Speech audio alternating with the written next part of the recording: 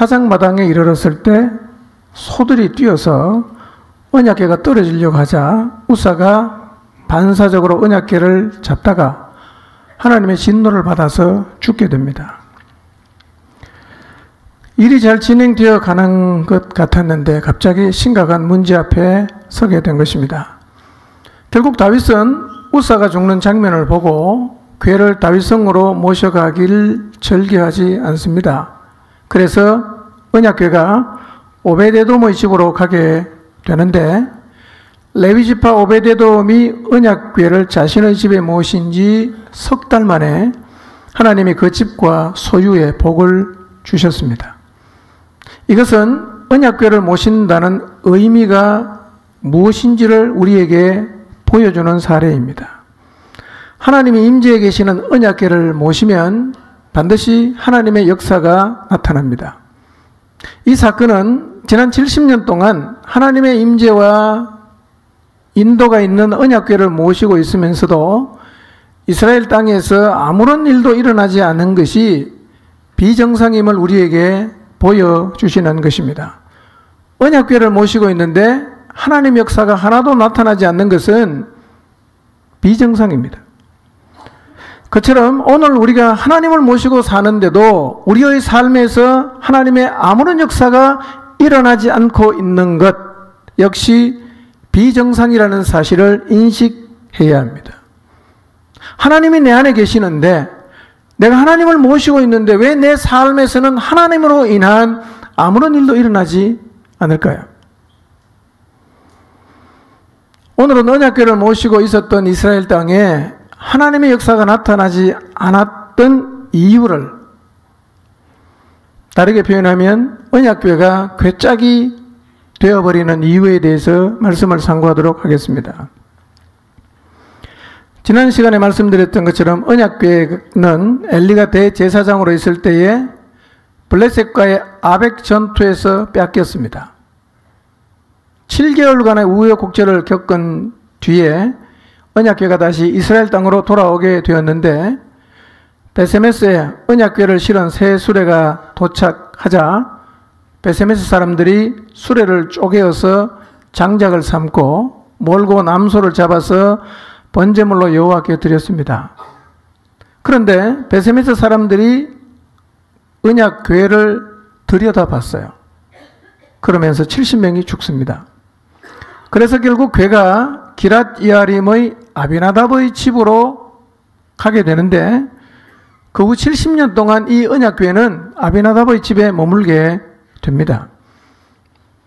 그런데 이 70년의 기간 동안 이스라엘 땅에 하나님의 언약궤가 있는지 없는지도 모를 정도로 아무런 일도 일어나지 않았고 결국 이스라엘 사람들은 언약궤의 존재를 거의 잊고 살아갑니다. 언약궤가 70년간 이스라엘 땅에 있었어도 아무런 일이 일어나지 않은 것을 보면 언약궤는 있는 거나 없는 거나 똑같구나 라고 생각할 수도 있는데 이 언약궤가 블레셋에 있었던 7개월간 그리고 블레셋에서 돌아와서 베세메스에서 경험한 사건, 나곤의 타작마당에서 우사가 겪었던 사건, 그리고 오베데돔의 집이 복을 받은 일은 언약궤가 결코 단순한 괴짝이 아님을 분명히 보여주었습니다. 그럼 이렇게 대단한 능력을 가진 언약궤가 이스라엘 땅에 70년간 머물렀는데 왜 아무런 일이 일어나지 않았을까? 여러분, 분명히 70년 동안 이스라엘 땅의 언약궤는 존재를 했어요. 없었던 게 아니라 존재를 했습니다. 근데 하나님이 그냥 가만히 계셨습니다. 다르게 표현하면 하나님이 침묵하셨단 말입니다. 아무 일도 안 하십니다. 왜 침묵하셨을까? 하나님이 침묵하신 이유를 찾기 전에 먼저 언약궤를 모시고 있다는 의미가 무엇인가를 먼저 살펴보는 것이 필요할 것입니다. 언약궤는 그냥 있다는 것으로 끝나지 않습니다. 언약궤가 있다는 말은 하나님이 함께 계신다는 말인데 하나님이 함께 계시면 항상 하나님의 역사가 동반되게 되어 있습니다. 그분이 계시면 그분의 역사는 동반이 됩니다. 실제로 그랬는가 한번 확인해 보겠습니다. 먼저 성막이 완성된 광야에서 성막과 언약궤는 실제로 이스라엘 백성들의 광야 길을 인도했습니다. 민수기 10장 33절을 보겠습니다. 읽습니다. 시작. 그들이 여호와의 산에서 떠나 3일 길을 갈 때에 여호와의 언약궤가 그 3일 길에 앞서가며 그들의 쉴 곳을 찾았고 그랬어요. 광야에서 성막을 완성한 후 언약궤는 언제나 이스라엘 백성의 길을 인도했습니다. 이 인도는 매우 실제적이었어요. 이스라엘은 한 번도 가본 적이 없는 광야길. 원래 광야는 길이 없지 않습니까? 길이 없는 광야길을 지금 처음 가고 있어요. 근데 그 길을 누가 인도해 줬냐면 언약궤가 하나님이 인도하셨어요. 그 후에 모세의 뒤를 이었던 여호수아 때에도 언약궤는 이스라엘 백성을 계속해서 이끌었습니다. 여호수아 3장 6절에서 11절 그리고 17절 말씀을 보겠습니다. 읽습니다. 시작.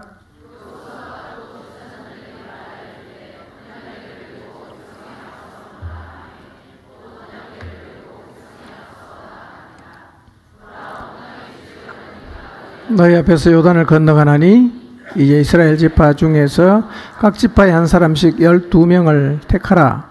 온 땅의 주 여호와의 궤를 맨 제사장들의 발바닥이 요단물을 밟고 멈추면 요단물 곧 위에서부터 흘러내리던 물이 끊어지고 한 곳에 쌓였으리라.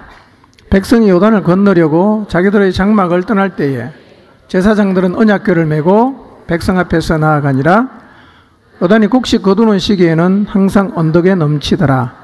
궤를 맨 자들이 요단에 이르며 궤를 맨 제사장들의 발이 물가에 잠기자 곧 위에서부터 흘러내리던 물이 그쳐서 사르단에 가까운 매우 멀리 있는 아담 성읍 변두리에 일어나 한 곳에 쌓이고 아라바의 바다 염해로 향하여 흘러가는 물은 온전히 끊어지매 백성이 여리고 앞으로 바로 건널새 여호와의 언약궤를 맨 제사장들은 요단 가운데 마른 땅에 굳게 섰고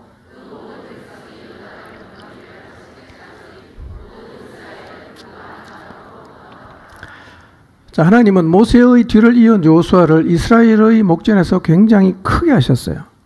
그리고 내가 모세와 함께 있던 것처럼 너와도 함께 있겠다고 말씀하시면서 요단을 어떻게 건너갈지에 대한 지침을 주셨어요. 지침은 이것입니다. 언약궤를 맨 제사장들의 발바닥이 요단물을 밟고 멈추면 그때 요단물이 끊어진다. 그때 건너가면 된다. 그런데 실제로 언약궤를 맨 제사장들이 물을 딱 밟으니까 그때부터 물이 갈라지고 쌓이기 시작했어요. 이해가 안 되죠? 물은 안 쌓이잖아요. 그냥 흘러가지. 근데 쌓였어요. 그래서 이스라엘은 하나님이 말씀하신 방법대로 요단을 마치 마른 땅을 건너가듯이 싹 다 건너갔어요. 백성이 다 건넌 후에 언약궤를 맨 제사장들이 요단에서 나와서 육지를 밟는 동시에 요단물이 다시 흐르기를 시작했어요. 여호수아 4장 18절입니다. 읽겠습니다. 시작. 요단 가운데에서 나오며 그 발바닥으로 육지를 밟는 동시에 요단물이 본 곳으로 도로 흘러서 전과 같이 언덕에 넘쳤더라. 자, 이렇게 하나님께서 요단물을 싹 말려서 이스라엘을 건너게 하셨다. 이런 소식을 듣고 가나안에 있는 아모리 족속과 또 해변에 있는 가나안 왕들이 마음이 녹았다. 안절부절 못하는 거예요. 큰일 났다. 우리 저 사람 어떻게 해야 되는가? 예.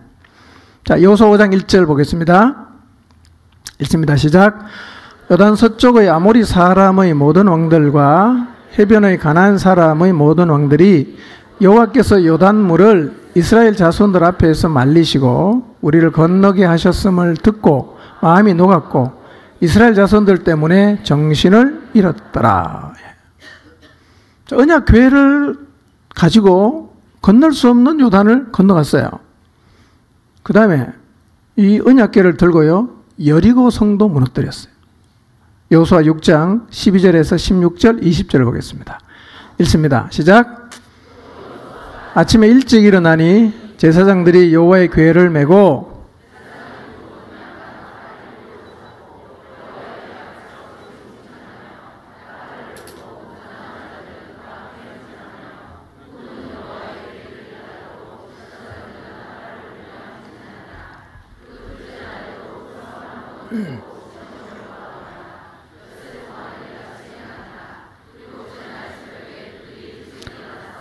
전과 같은 방식으로 그 성을 7번 도니 그 성을 7번 돌기는 그날뿐이었더라. 7번째에 제사장들이 나팔을 불 때에 여호수아가 백성에게 이르되 외치라. 여호와께서 너희에게 이 성을 주셨느니라. 이에 백성은 외치고 제사장들은 나팔을 불매 백성이 나팔 소리를 들을 때에 크게 소리질러 외치니 성벽이 무너져 내린지라. 백성이 각기 앞으로 나아가 그 성에 들어가서 그 성을 점령하고 그랬어요. 가나안의 첫 번째 성이고 가장 강력한 성인 여리고를 향해서 이제 들어가는데 이 강력한 여리고 성 역시 제사장들이 여호와의 궤를 메고 그 다음에 7명의 제사장이 양각 나팔을 불고 여호와의 궤 앞에 행진합니다. 그리고 무장한 자들이 그 앞에 행진하고 후군은 궤 뒤를 쭉 따라옵니다. 그리고 성을 한 바퀴 도는 거예요. 6일을 한 바퀴 돌다가 7일째는 7바퀴를 돌았어요. 그리고 외쳤어요. 그랬더니 성이 무너졌어요. 이렇게 시작된 약 20년간의 정복 전쟁이 끝났어요. 그리고 사사시대가 시작이 되는데 좁은 의미에서 사사시대라 하면 사사들이 직접 통치한 시간을 의미하는데요. 온니엘에서 압돈까지를 따져보면 306년 정도가 됩니다. 근데 좀 넓은 의미로 이스라엘이 가나안 정복을 끝낸 때부터 사울이 왕이 될 때까지를 따져보면 사사시대는 340년 정도가 됩니다. 자, 그러면 이 340년의 기간 동안 언약궤는 어디에 가 있었을까요? 광야에서 들고 나온 기억합니다. 여리고성을 무너뜨릴 때 언약궤를 들고 갔다는 기록은 있는데 그 다음부터는 언약궤는 어디가 있었는가? 자, 행방을 한번 좀 추적해 보도록 하겠습니다. 가나안 정복 전쟁할 때는요, 일단 길갈에 있었습니다. 길갈. 여호수아 5장 10절입니다. 읽겠습니다. 시작. 또 이스라엘 자손들이 길갈에 진쳤고 그달 14일 저녁에는 여리고 평지에서 유월절을 지켰으며 그랬어요. 가나안 정복 전쟁을 하는 이스라엘이 처음 본부가 어디냐면 길갈이에요. 길갈. 자, 여호수아 9장 6절을 볼까요? 읽겠습니다. 시작. 그들이 길갈 진영으로 가서 여호수아에게 이르러 그와 이스라엘 사람들에게 이르되 우리는 먼 나라에서 왔나이다. 이제 우리와 조약을 맺읍시다. 예, 기브온 사람이 이스라엘하고 화친을 맺기 위해서 찾아온 장소가 어디냐면 길갈이에요. 왜 길갈로 왔겠어요? 여기가 본부란 말이에요. 이스라엘 정복 전쟁을 할 때 1차 본부를 두었던 곳은 길갈이었어요. 자, 여호수아 10장 6절에서 11절 15절을 봅니다. 읽겠습니다. 시작. 기브온 사람들이 길갈 진영에 사람을 보내어 여호수아에게 전하되 당신의 종들 돕기를 더디하지 마시고 속히 우리에게 올라와 우리를 구하소서. 산지에 거주하는 아모리 사람의 왕들이 다 모여 우리를 치나이다 하매 여호수아가 모든 군사와 용사와 더불어 길갈에서 올라가니라. 그때 여호수아께서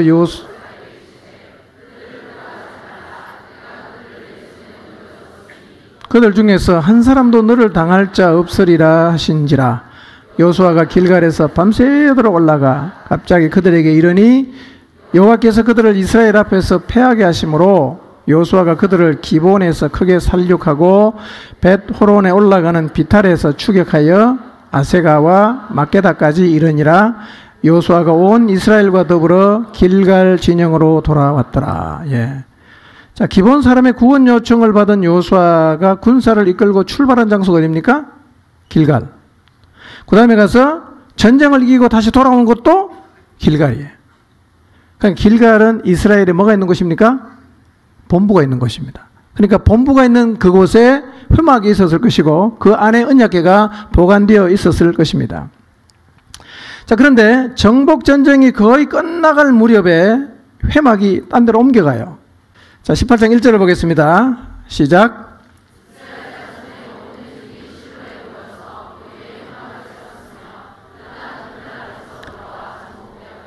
예, 이스라엘 자손의 온 회중이 이제 어디로 갑니까? 실로. 실로는 이게 지명인 같아요? 물건 이름 같아요? 사람 이름 같아요? 에? 고기 이름 같아요? 지명 이름입니다. 실로. 이 실로에 뭐를 세웠다고요? 다시 보여주실래요? 18장 1절. 실로에 뭘 세웠어요? 회막을 세웠어요. 회막이 뭐냐면 모세가 광야에서 하나님이 보여주신 식양을 따라 지었던, 다르게 표현하면 성막이에요. 근데 이 성막이 지금까지는 어디에 있었어요? 길갈에 있었어요. 근데 이제 이스라엘이 가나안의 주요 거점은 다 정복을 했습니다. 그러니까 더 이상 한쪽에 중심을 둘 수 없으니까 이제 옮긴 거예요. 그 옮긴 장소가 어디라고요? 그게 실로라는 겁니다. 왜 회막을 실로로 옮겼냐면, 실로는 이스라엘 12지파가 다 함께 모여서 예배하기에 적당하도록 일단 위치가 가나안의 중심이고, 실제로 이 실로의 위치를 한번 지도를 보실래요? 보입니까? 저 세겜이 아니고 실로인데 또 세겜 올라왔어요. 세겜하고 실로 옆에 보면 길갈이 보입니까? 써 있어요. 길갈이. 안 보입니까? 보이죠? 예, 보이죠. 그러니까 이 길갈은 한쪽으로 쏠려 있어요. 요단강 건너고 바로니까. 그래서 좀 중심적으로 위치를 옮겼어요. 그 지명이 뭐라고요? 실로라는 겁니다. 실로. 그러니까 지도에서 보시는 것처럼 베델 북쪽에서 한 15km 떨어져 있고요. 세겜 남쪽으로 한 20km 떨어져 있는데, 이 실로에 회막이 세워짐으로 이제 실로는 이스라엘의 종교, 정치, 군사, 행정의 중심 무대가 되었는데, 이 언약궤가 실로에 있는 회막에 보관됐어요. 언제까지 보관됐냐면 엘리가 대제사장일 때 언약궤를 아벡 전투에서 뺏기죠. 그러니까 이때부터 350년 동안 언약궤는 실로에서 계속 머물렀어요. 예. 자, 사무엘상 4장 3절을 보겠습니다. 이때 언약궤가 어디 있었는가 얘기하고 있습니다. 읽습니다. 시작. 백성이 진영으로 돌아오매 이스라엘 장로들이 이르되, 여호와께서 어찌하여 우리에게 오늘 블레셋 사람들 앞에 패하게 하셨는고, 여호와의 언약궤를 실로에서 우리에게로 가져다가 우리 중에 있게 하여 그것으로 우리를 우리 원수들의 손에서 구원하게 하자 하니 그랬어요. 어디에 이때 언약궤가 있죠? 회막이 실로에 있잖아. 언제 옮겼어요? 여호수아 18장에 가나안 정복 전쟁이 거의 끝나갈 무렵에 길갈에서 실로로 옮겼는데, 그때부터 350년 동안 회막은 계속 실로에 있습니다. 그리고 회막 안에 뭐가 있죠? 언약궤가 있었단 말이에요. 그러니까 이 언약궤는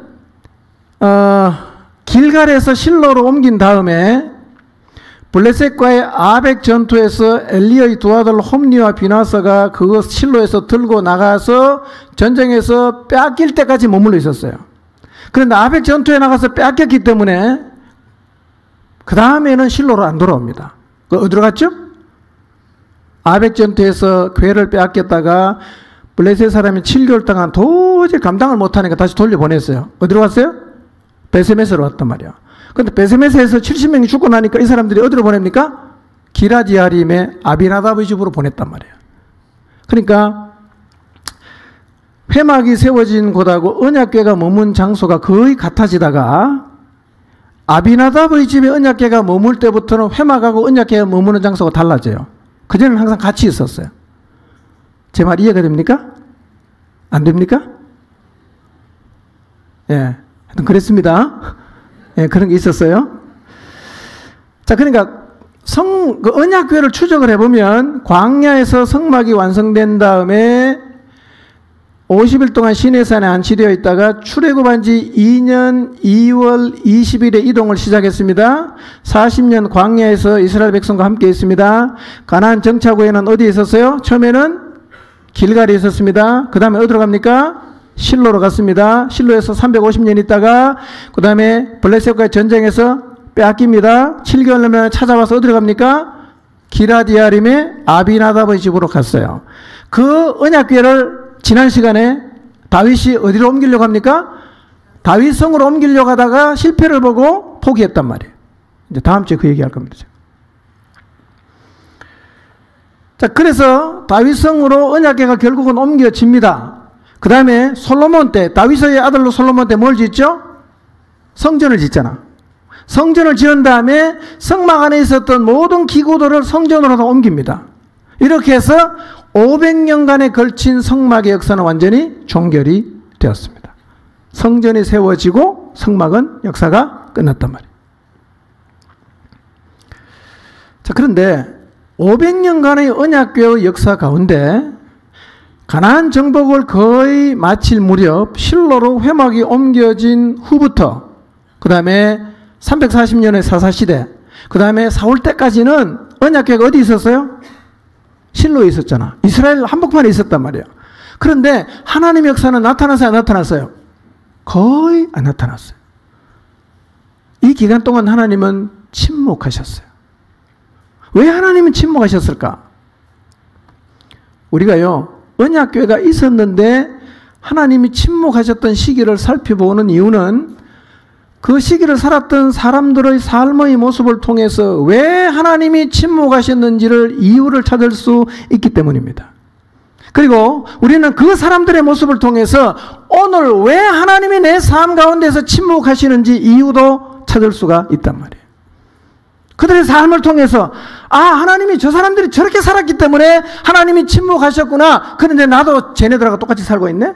그래서 하나님이 내 삶 가운데 하나님 자신을 드러내시지 않으시는구나 하는 것을 알 수가 있으니까 언제 왜 하나님이 침묵하셨는지 이유를 아는 것은 중요하단 말이에요.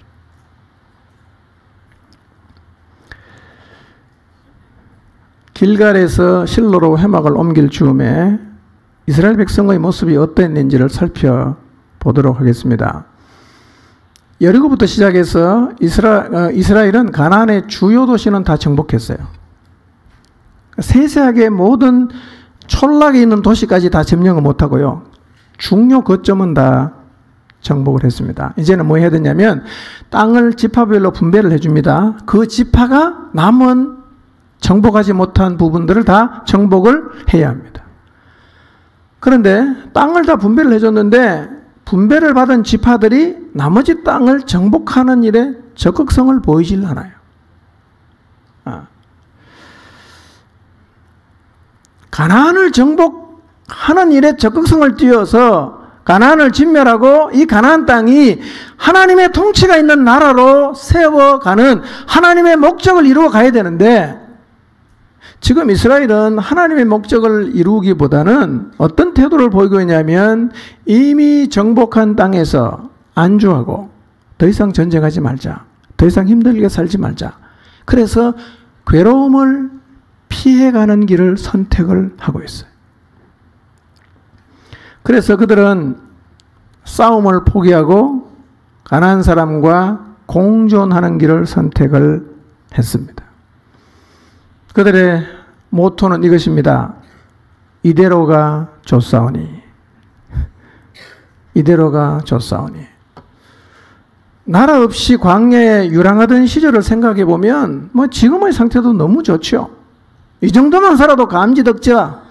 그런 마음이 이 이스라엘 백성의 마음속에 가득하다 보니까 하나님이 주신 사명은 까먹고 그래서 정복보다는 뭘 선택하냐? 공존의 길을 선택한단 말이에요. 같이 살자. 같이 살자.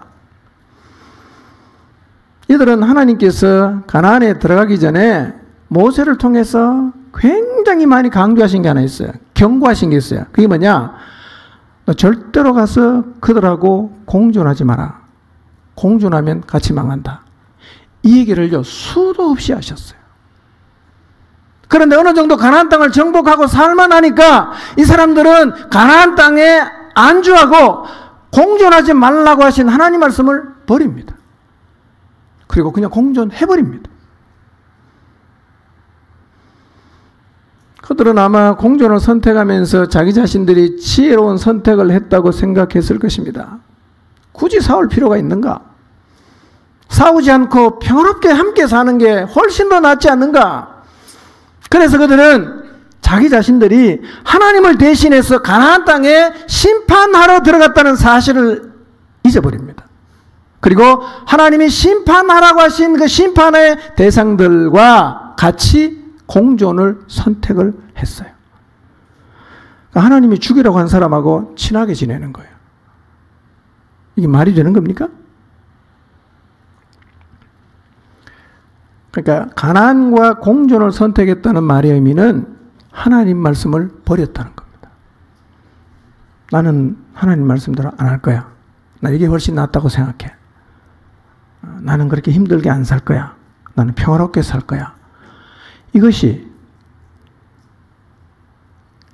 가나안 땅을 마저 점령해야 되는 그 시기에 각 지파 백성들의 태도였습니다.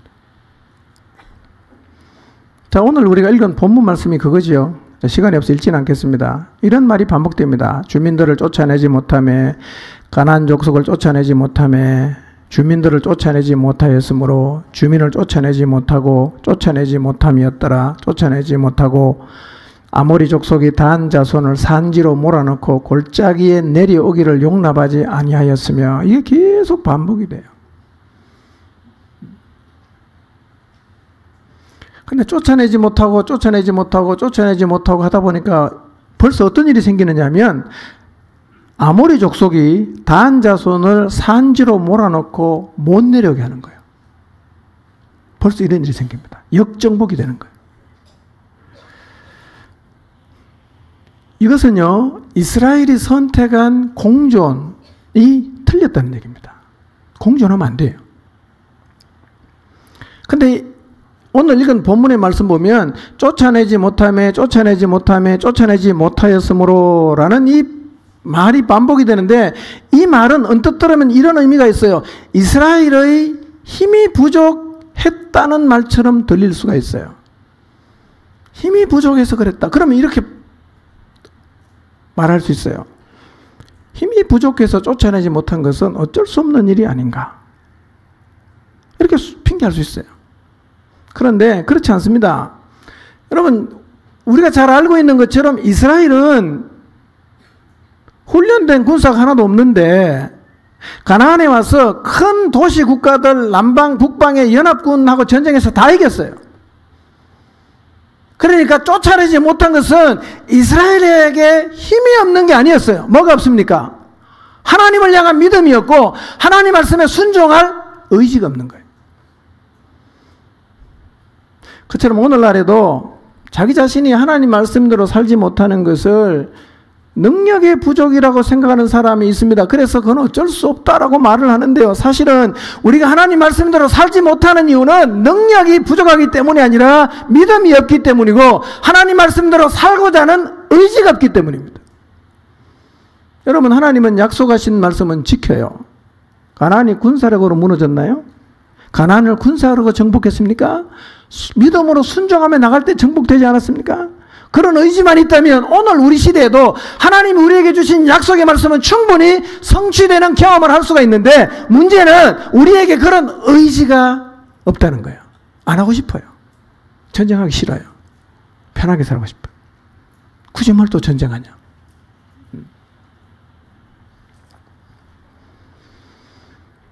가나안 원주민과 공존해도 상관이 없다는 이 자세는 하나님의 경고를 무시하는 굉장히 위험한 자세입니다. 이런 자세를 가지고 살아가면 하나님은 침묵하십니다. 침묵하십니다. 그래서 이때부터 이스라엘 가운데 하나님의 역사는 안 나타나요. 언약궤는 머물러 있는데 하나님은 아무 일도 하지 않습니다. 오늘날도 하나님 말씀을 무시하는 사람에게 하나님은 침묵하십니다.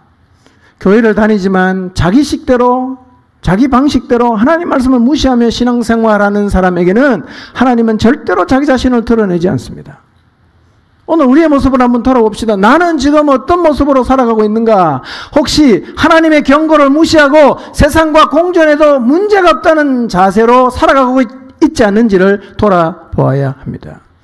우리가 하나님을 무시하고 세상과 벗하고 공존하는 길을 선택하며 살 수 있어요. 그러나 그때부터 하나님은 침묵하십니다. 나는 교회를 30년 다녔다, 40년 다녔다. 왜 하나님이 나와 함께 하신다는 증거를 도무지 볼 수가 없는가? 그렇다면 삶을 잘 돌아보실 필요가 있습니다. 하나님이 침묵하시면 우리의 삶에 하나님의 역사는 결코 나타나지 않습니다.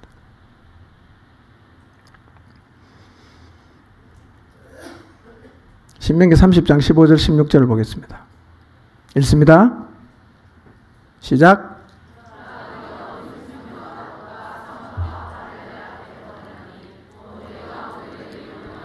내 하나님 여호와를 사랑하고 그 모든 길로 행하며 그의 명령과 규례와 법도를 지키라는 것이라. 그리하면 내가 생존하며 번성할 것이요 또 내 하나님 여호와께서 내가 가서 차지할 땅에서 내게 복을 주실 것임이니라. 여러분 이 말씀을 잘 읽어볼 필요가 있어요. 하나님께서 이스라엘 백성이 가나안에 들어가기 전에 하신 말씀이요. 가서 한 얘기가 아니라 가기 전에 이렇게 말씀하십니다. 생명과 복과 사망과 화를 이스라엘 앞에 딱 펴놨어요. 딱 펴놓고 말씀하십니다. 자, 생명과 복, 그 다음에 사망과 화가 네 앞에 놓여 있다. 네가 이제부터 하나님을 사랑하고 그 모든 길로 행하고 그의 명령과 규례와 법도를 지켜라. 그러면 생명과 복을 받는다. 그러나 너희가 내가 준 규례와 법도를 무시하고 세상과 공존하는 길을 선택을 하면 생명과 복이 아니라 사망과 화를 받게 되는데 이 두 개가 네 앞에 놓여져 있으니까 누가 선택할 수 있다고요? 니네가 선택할 수 있다는 거예요. 니네가. 하나님이 결정해 주는 게 아니라 니네가 선택할 수 있다는 거예요.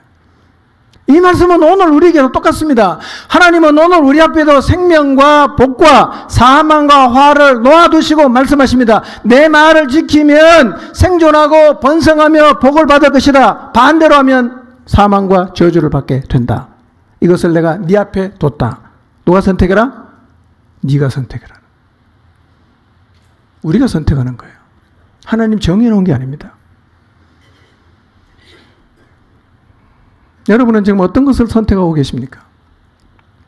이 하나님 말씀을 무게 있게 받으시길 바랍니다. 우리의 미래는 우리가 선택합니다. 그런데 이스라엘은 이 하나님 말씀을 무시했습니다. 이유가 뭐냐? 당장 편하고 싶었어요. 싸우기 싫었어요. 전쟁 얼마나 부담스럽습니까? 부담 갖기 싫었어요. 그래서 하나님 말씀을 무시했습니다. 자기 마음대로 했어요. 근데 결국 그들은 그들이 선택한 것을 받았습니다. 그게 뭡니까? 사망과 저주에. 하나님이 이스라엘 백성 가운데 침묵하십니다. 더 이상 하나님 역사는 나타나질 않았어요. 어쩌면 우리도 이런 전철을 밟고 있을 수 있어요. 신앙생활 하는데 당장 편하고 쉬운 길을 가고 싶어요. 부담 갖기 싫어요. 싸우기 싫어요. 그래서 하나님 말씀 무시합니다. 그리고 뒷걸음질 치면서 적당히 가고 있을 수가 있습니다. 이 길을 선택하면 내가 선택한 대로 하나님의 침묵과 하나님의 역사가 나타나질 않습니다. 여러분 혹시 이런 마음이 가끔씩 생기시지 않는지 한번 돌아보시길 바랍니다. 답답하다. 신앙생활에 답답해 죽겠다. 혹시 그런 생각을 하게 되시는 분이 있나요? 교회를 이렇게 오래 다니는데 너무너무 답답하다. 왜 아무런 일이 안 일어나는가? 하나님에게 자꾸 책임을 돌리지 마시고 내가 지금 어떻게 살고 있는지를 하나님 앞에서 돌아봐야 됩니다. 내가 지금 어떻게 살고 있는가? 하나님은 나보고 선택하래요. 생명과 복을 받든지 저주 받든지 네가 선택해라. 네 앞에 놓여 있다. 혹시 오늘 나의 삶에서 하나님이 침묵하고 계신다는 생각이 든다면 나는 하나님 말씀을 얼마나 무게 있게 받고 있는지, 그리고 혹시 이스라엘 백성처럼 하나님 말씀을 무시하고 쉽고 편한 방식으로 신앙생활을 하려 하고 있지 않는지를 돌아보시기를 바랍니다. 저는 이 말씀이 우리 모두의 마음을 파고들었으면 좋겠어요. 이런 질문이 생길 수 있어요. 왜 평화롭게 공존하는 게 문제가 되냐? 싸우는 것보다는 평화하게 낫지 않는가? 근데 여러분, 공존의 문제가 뭔지 아십니까? 공존하면 반드시 동화되는 자리로 가버립니다. 공존을 선택하면 결과는 같아진단 말이에요. 그래서 하나님께서 이스라엘 백성이 가나안 땅에 들어가기 전에 수도 없이 경고한 게 뭐냐면 절대로 가서 공존하지 말라는 거예요. 진멸하라는 거예요. 그런데 이스라엘이 공존을 선택했어요. 처음에는 자기들의 생각이 옳았다고 생각했을지 모릅니다. 봐봐, 좋잖아. 평화롭게 사는 게 좋잖아. 근데 어느 순간부터 공존이 동화되는 쪽으로 그들을 끌고 가기를 시작했습니다. 그래서 가나안 원주민과 공존을 결정한 이스라엘이 결국은 가나안하고 똑같아집니다. 그래서 이스라엘이 가나안 원주민과 똑같은 바알과 아세라를 섬깁니다. 이 문제는 왕정시대가 망할 때까지 계속 이어집니다. 여러분, 가나안의 대표적인 종교는 바알과 아세라입니다. 근데 바알과 아세라는 단순한 종교가 아니에요. 가나안의 문화고 그들의 몸에 배인 삶이었습니다. 바알과 아세라가 추구한 게 두 개예요. 하나는 뭐냐? 음란이에요. 극도의 음란. 둘째는 뭐냐? 풍요였습니다. 하나님을 떠난 사람이 공히 추구하는 게 두 개입니다. 쾌락과 부요, 음란과 돈. 이게 하나님 없는 사람이 다 추구하는 거예요. 여러분, 동물이든 사람이든 음과 양이 만나면 단순히 아름답다로 끝나는 게 아니라 생산이 따르죠. 생산이 뭡니까? 경제 아닙니까? 그래서 가나안 사람들은 풍요롭게 생산을 잘 시켜주는 신을 섬겼는데 그 신이 바로 바알과 아세라였어요. 바알은 태양신입니다. 남성을 상징합니다. 아세라는 달의 신입니다. 여성을 상징해요. 이 바알과 아세라를 통해서 가나안 땅에 풍요를 끌어내려고 하면 바알과 아세라가 결합을 해야 됩니다. 그게 뭐냐? 섹스였어요. 이처럼 가나안은 종교 자체가 음란이에요. 종교 자체가 섹스입니다.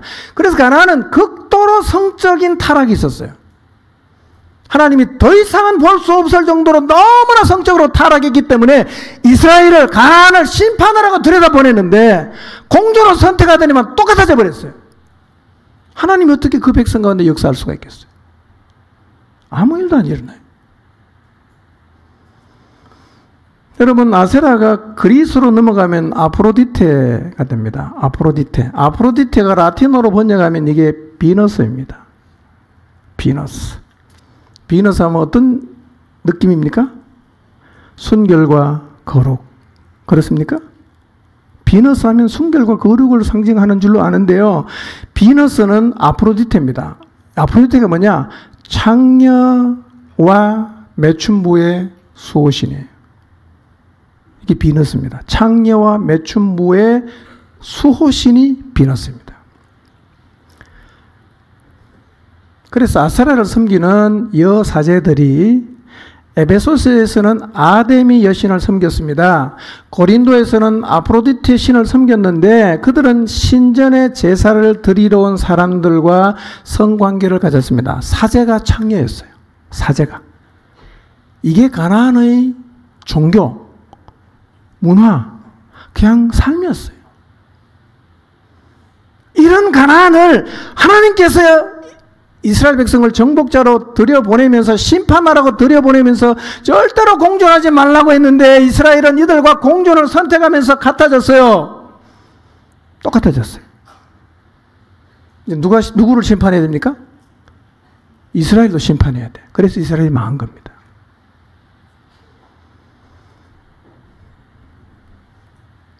이 가나안 사람에게 일어난 일이기 때문에 가나안 문화라고 말을 하지만 사실 이 바알과 아세라는 하나님이 없는 세상의 문화를 다 통칭해서 부르는 말이 가나안 문화예요. 실제로 이 가나안 문화는 오늘 우리 시대에도 만연해 있습니다. 가나안 땅에서도 엄청난 성적인 타락, 가나안에만 있었습니까? 오늘 우리 시대에 고스란히 나타나죠. 가나안 사람이 와서 울고 갈 정도로 우리나라도 성적으로 너무너무 타락했습니다. 그리고 사람들이 더 음란하게 살 수 있도록 성적인 타락을 죄가 아니라는 법을 계속해서 만들지 않습니까? 마음대로 해라. 괜찮아. 그 법적으로 문제가 없어. 법적으로 계속 뒷받침해 줍니다. 괜찮다고. 우리의 사회 분위기도 그쪽으로 몰고 가고 있습니다. 우리가 지금 가나안과 같은 환경에서 살아가고 있어요. 이런 시대를 살고 있는 우리들을 향한 하나님의 요구가 무엇일까요? 그들과 동화되면 안 된다. 그들과 공존하면 망한다. 이게 가나안을 정복하러 갔던 이스라엘에게 주셨던 하나님의 메시지요. 오늘 가나안 문화에 쩔어 있는 이 시대를 살고 있는 우리를 향해서 주시는 하나님의 메시지입니다. 그러므로 우리는 쾌락을 추구하는 시대 흐름을 타고 살면서 다 그렇게 사는데 뭐가 문제가 되겠는가라고 이 가나안 문화를 받아들이고 나 하나쯤이 하면서 이 문화에 접속하고 똑같은 모습으로 살면 다 망하는 거예요. 경고입니다. 경고. 우리는 이 땅을 복음으로 정복해야 하는 사명을 가진 사람입니다.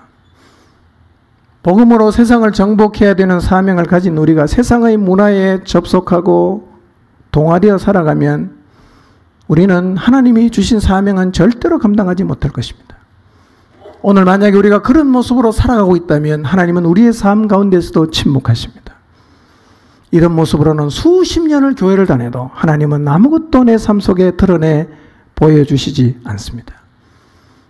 쾌락과 부유를 추구하는 가나안 문화에 동화되면 안 됩니다. 목숨 걸고 싸워야 하는 영역입니다. 만약에 우리가 이런 세상에 살면서 쾌락과 부유를 추구하고 산다는 얘기는 하나님 말씀을 무시하며 사는 것이고 이것은 복 없는 인생길을 내가 스스로 선택하는 것과 똑같습니다. 가나안 문화가 만연한 이 땅에 오늘 나는 어떤 모습으로 살고 있는가를 한번 깊이 생각해 보시기를 바랍니다. 혹시 바알과 아세라의 엄난 문화에 나도 모르게 접속해서 살아가고 있지 않습니까? 그러다면 전심으로 회개하시기를 바랍니다. 가나안은 엄난이 문화였고 엄난이 종교였습니다. 그러니 엄난을 추구하는 본성을 가진 인간들이 얼마나 대놓고 성적으로 타락했겠어요. 그게 종교니까. 다 그렇게 하니까. 가나안 문화의 하이라이트는 포르노입니다. 포르노. 보십니까? 그리스도인이 포르노에 중독되어 있다면, 날마다 포르노에 접속한다면 나는 확실하게 가나안 문화에 동화되어 있는 사람입니다. 그리고 그런 모습으로 살아가면 하나님은 여러분의 인생 가운데 절대로 그분 자신을 드러내지 않습니다. 가나안 문화에서 돌아서기로 결단하시기를 바랍니다. 포르노 보신다면 당장 끊으시길 바랍니다. 여러분, 부모된 세대가 포르노에 중독되어 있으면 사춘기 한창 피 끓는 젊은 아이들은 어떻게 하겠어요? 내가 보는데 보지 말라 그럽니까? 부모 자식 같이 앉아 함께 봅니까? 나이든 어른이 포르노 보고 있는데 피 끓는 젊은 애가 어떻게 그걸 안 볼 수가 있겠어요? 누가 그걸 막을 수 있어요? 폰 안에 다 들어있습니다. 폰 안에.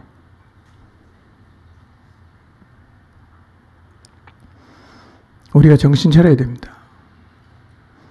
우리가 거룩한 세대가 되어야 됩니다. 그래야 우리의 다음 세대를 거룩한 세대로 세워갈 수가 있어요. 가나안 문화에 접속되어 있다면, 동화되어 있다면 진짜 회개하고 거기서 과감하게 돌아서시길 바랍니다. 그러지 않으면 희망이 없습니다. 희망이 없어요. 100년 교회 다녀도 하나님은 아무 일도 안 합니다. 여러분, 실로의 언약궤가 옮겨진 후로부터 다윗 때까지 언약궤가 머물러 있었지만 아무 일도 안 일어났어요. 이런 상태로 정복시대에서 사사시대로 넘어가요. 사사시대로 넘어가면서 양상이 조금 달라지는 부분이 있어요. 그게 뭐냐? 여러분, 정복시대는요, 공존을 해도 이스라엘이 주도권을 잡았어요. 가나안 사람 종으로 부렸습니다. 그런데 사사시대로 넘어가면서는 이제 거꾸로 돼갖고 가나안 사람이 주도권을 잡고 이스라엘을 괴롭히고 있습니다. 뒤집어졌어요. 근데 같은 게 있어요. 그게 뭐냐? 사사시대도 여전히 문제는 바알과 아세라였습니다. 이스라엘이 거기에서 벗어나지를 못합니다. 사사기 3장 7절을 보겠습니다. 읽습니다. 시작.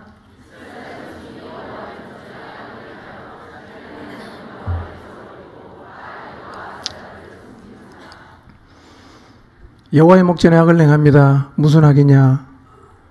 하나님 여호와를 잊어버리고 바알과 아세라를 섬겼다. 이게요, 사사기에서 계속해서 반복됩니다. 계속해서 반복돼요. 가서 읽어보세요. 이스라엘의 문제가 뭐냐? 바알과 아세라입니다. 출발이 뭡니까? 공존을 선택하면서부터 출발해서 이스라엘은 지금 거기서 벗어나질 못합니다. 여러분, 이게 사사기 패턴입니다. 사사기 패턴 아시죠? 뭡니까? 죄를 짓습니다. 바알과 아세라 섬깁니다. 하나님이 주변 나라를 통해서 괴롭힙니다. 그럼 하나님께 부러지죠. 하나님이 사사를 보내고 이스라엘을 구원해 주십니다. 또 고통이 사라져서 살만해지면 또 어디로 갑니까? 또 바알과 아세라에 갑니다. 쾌락을 추구하면서 또 갑니다. 그럼 하나님이 또 적을 보내서 고통을 받게 합니다. 그럼 또 하나님께 나서 부러지져요. 이 패턴이 사사기에서 계속해서 반복이 돼요. 그런데 제가 이 말씀 묵상하면 이런 질문이 생겼어요. 아니, 이런 속보이는 행동을 하는 인간들에게 왜 하나님이 자기 자신을 드러내냐 이거야.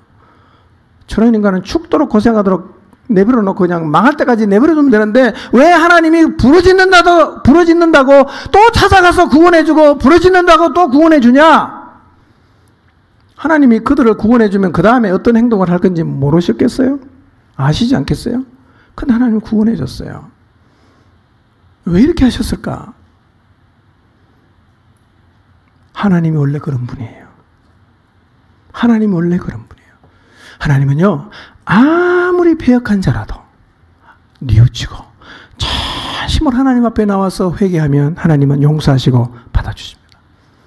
우리의 악함에도 불구하고 전심으로 하나님을 찾으면, 간절한 마음으로 하나님을 찾으면 하나님은 우리를 만나주십니다. 그래서 마태복음에 예수님 말씀이 맞는 거예요. 베드로가 나와서 묻잖아요. 주님, 형제가 나한테 죄를 범하면 몇 번이나 용서해 줘야 됩니까? 7번 할까요? 예수님 뭐라고 말씀하십니까? 7번을 몇 번 해라? 70번 해라. 예. 근데 진짜 하나님 이렇게 하고 있었어요. 진짜. 속이 다 보여. 그 다음에 어떻게 할지 다 알아. 그래도 전심으로 잘못했다고 하나님 앞에 회개하고 나오면 하나님 어떻게 합니까? 용서하십니다. 안심이 되시죠? 아, 됐다.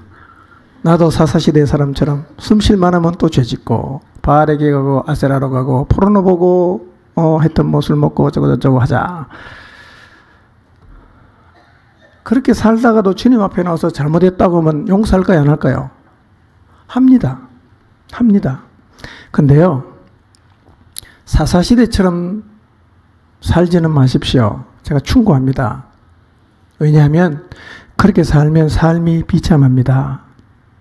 고통스럽습니다. 숨만 쉬고 사는 거예요. 남는 게 아무것도 없어요. 사사시대 남는 게 없잖아. 남는 게 없어요. 그러니 사사시대의 사람처럼 살면 평생을 살아도 돌아보면 남은 게 한 개도 없어요. 하나도 없어. 간신히 목숨 부지하고 숨 쉬는 거 빼놓고는 가지고 있는 게 아무것도 없어집니다. 그래도 사사시대처럼 살겠습니까? 그거 선택할 수 있어요. 선택할 수 있어요. 그리고 또 하나, 사사시대 사람처럼 살면 여러분의 인생을 통해서 하나님이 주신 사명은 끝입니다. 하나도 이루어지지 않습니다. 주님 앞에 가면 벌거벗은 채로 가야 됩니다. 기억하십시오. 이 땅은 잠깐이고 그분 앞에 가서는 영원입니다. 여기가 중요한 게 아니라 저기가 더 중요해요. 저기가 더 중요합니다. 이렇게 사사시대 340년을 거쳐서 왕정시대가 시작이 되었어요. 하나님의 마음이 앞했던 다윗을 통해 이스라엘은 마음껏 하나님을 경험하게 됩니다. 이스라엘이 전성기였어요. 그런데 다윗을 지난 솔로몬 왕 때 다시 이스라엘 땅에 뭐가 들어오냐면 바알과 아세라가 또 들어와요. 그리고는 계속 사사시대가 똑같은 현상이 반복됩니다. 결국 바알과 아세라 때문에 북왕국이 망합니다. 그리고 바알과 아세라 때문에 남왕국 유다도 망합니다. 가나안에 가서 정복하지 못하고 공존을 선택하고 동화된 그 바알과 아세라가 끈질기게 이스라엘을 따라다니다가 결국은 이스라엘을 다 패망하는 자리까지 끌고 갔습니다. 자, 성경을 한번 볼까요? 열왕기 하 23장 6절 7절. 예. 유다의 거의 끝자락에도 이 똑같은 문제가 바알과 아세라입니다. 읽어볼까요? 시작. 또 여호와의 성전에서 아세라 상을 내다가 예루살렘 바깥 기드론 시내로 가져다 거기에서 불사르고 빻아서 가루를 만들어 그 가루를 평민의 묘지에 뿌리고 또 여호와의 성전 가운데 남창의 집을 헐었으니 그곳은 여인이 아세라를 위하여 휘장을 짜는 처소였더라. 예? 얼마나 이스라엘이 타락했는지 잘 읽어보세요. 여호와의 성전에 뭐가 있어요? 아세라상이 있어요. 요시아가 피를 토하는 심정으로 개혁을 하는 거예요. 그 집안에다가 어떡합니까? 다 불사르고 가루를 내갖고 평민의 묘지에다 뿌립니다. 그리고 성전 가운데 있는 남창의 집을 헐었다. 그게 뭐 하던 곳이냐? 아세라를 위해서 휘장을 짜는 처소다. 예, 이스라엘의 중심부인 성전까지 완전히 타락했습니다. 하나님은 참다가 이 유다와 이스라엘을 멸망시키기로 작정합니다. 여러분 스토리를 보세요. 쾌락과 부를 추구하고 성적으로 너무너무 타락한 가나안을 심판하러 보냈더니만 심판하러 간 사람이 그들과 같이 사는 길을 선택하다가 결국은 그들이 갖고 있던 나쁜 것 다 그냥 옮겨받아갖고 결국은 정복하러 갔던 사람까지도 그 죄 때문에 망하게 된 이 안타까운 상황을 보십시오. 그러니까 문제는 뭐냐? 오늘 우리도 그러고 있을 수가 있다는 거예요. 그 사람들 얘기가 아니에요. 우리들 얘기. 예. 포르노 계속 보시는 분 계십니까? 끊으십시오. 컴퓨터 갖다 버리세요. 그런 결단 없으면 절대로 뿌리 못 뽑습니다. 보세요. 사사시대부터 왕정시대 말기까지 계속 반복이에요. 뭐냐? 바알과 아세라입니다. 어디까지 들어왔냐? 성전까지 들어왔어요, 이게. 이만큼 끈질기다는 거예요. 죄가요, 얼마나 우리를 죽어가는지 몰라요. 여기에 사로잡히는 순간, 하나님은 우리 가운데 더 이상 자기 자신을 드러내시지 않습니다.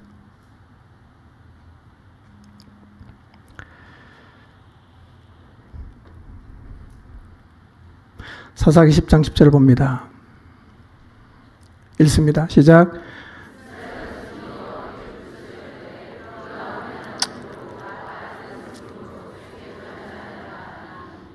이게 어디 있는 말씀이에요? 사사기죠. 자, 그 다음에 사무엘상 보겠습니다. 사무엘상 7장 4절 시작.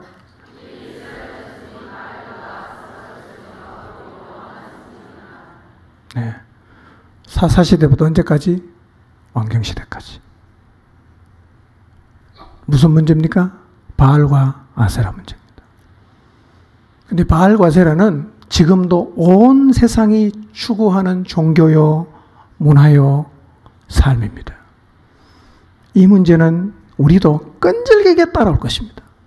정신 차리지 않으면 이스라엘 백성이 늘 바알과 아세라의 발목 잡혔던 것처럼 우리 인생도 늘 바알과 아세라의 발목을 잡힐 수가 있습니다. 그리고 이런 패턴이 늘 반복될 수 있어요. 버렸다가 주워왔다가 버렸다가 주워왔다가 버렸다가 주워왔다가. 이게 사사기의 패턴이고 이게 이스라엘 백성들의 패턴이었습니다. 늘 반복되는 거예요. 과감하게 벗어나야 합니다. 주의 은혜를 구하십시오. 바알과 아세라 다 제거해야 됩니다. 완전히 제거해야 됩니다. 사무엘상 7장 4절 다시 봅시다. 읽어봅시다. 사무엘상 7장 4절. 앞에 있는 거 띄워주실래요? 읽읍시다. 시작. 이에 이스라엘 자손들이 바알들과 아스타로스를 제거하고 여호와만 섬기니라. 바알과 아스타로스를 제거하고 여호와만 섬기니라. 이렇게 고백하는 자리에 설 때 우리의 삶을 통해서 더 이상 하나님이 침묵하지 않으시고 하나님의 위대한 영광을 드러내십니다. 온전히 여호와만 섬겨야 됩니다. 여러분, 여호와만 섬기면 재미없을 것 같습니까? 아니에요. 사단이 그렇게 말할 거예요. 교회 나가면 재미가 없다. 세상이 얼마나 재밌는데. 여러분, 주님을 깊이 만나보세요. 예수님 믿는 건 너무너무 재밌는 일이에요. 너무너무 신나는 일이에요. 너무 대단한 일입니다. 여러분, 다윗의 삶이 재미가 없습니까? 사울의 삶보다 다윗의 삶이 훨씬 낫지 않습니까? 사사기의 삶보다 다윗처럼 사는 게 훨씬 낫지 않습니까? 우리도 전심으로 여호와를 섬기면 우리의 삶도 하나님께서 다윗의 삶처럼 그렇게 이끌어 가실 겁니다. 우리의 삶을 통해서 살아계신 하나님이 얼마나 대단한 분이신지를 계속 드러내어 주실 것입니다. 말씀을 정리하겠습니다. 하나님 말씀을 무시하고 세상과 공존을 선택하여 결국 가나안에 동화되어 바알과 아세라를 추구하며 산 것이 이스라엘 백성에게 언약궤를 마치 괴짝처럼 되게 만들었습니다. 오늘 우리의 삶 가운데서도 하나님이 분명히 우리 안에 계시긴 한데, 하나님 분명히 내 안에 계시긴 한데 왜 하나님 역사가 나타나지 않는가? 라는 질문이 생긴다면 오늘 내가 하나님 앞에서 어떤 모습으로 살고 있는지를 진실되게 돌아보시기를 바랍니다. 내가 하나님 앞에 어떤 모습으로 살고 있는가? 사사기의 반복이 내 삶에서 지금 일어나고 있지 않는가? 바알과 아세라를 섬기는 삶을 청산하지 않는다면 하나님 역사는 앞으로도 계속해서 나타나지 않습니다. 다시 우리 모두의 삶 속에서 하나님 역사가 시작될 수 있도록 우리 마음속에 있는 바알과 아세라를 제거하고 쾌락과 부를 추구하는 삶을 청산하고 오직 여호와만 섬기는 하나님의 사람들이 되시기를 주님의 이름으로 축복합니다. 기도하겠습니다.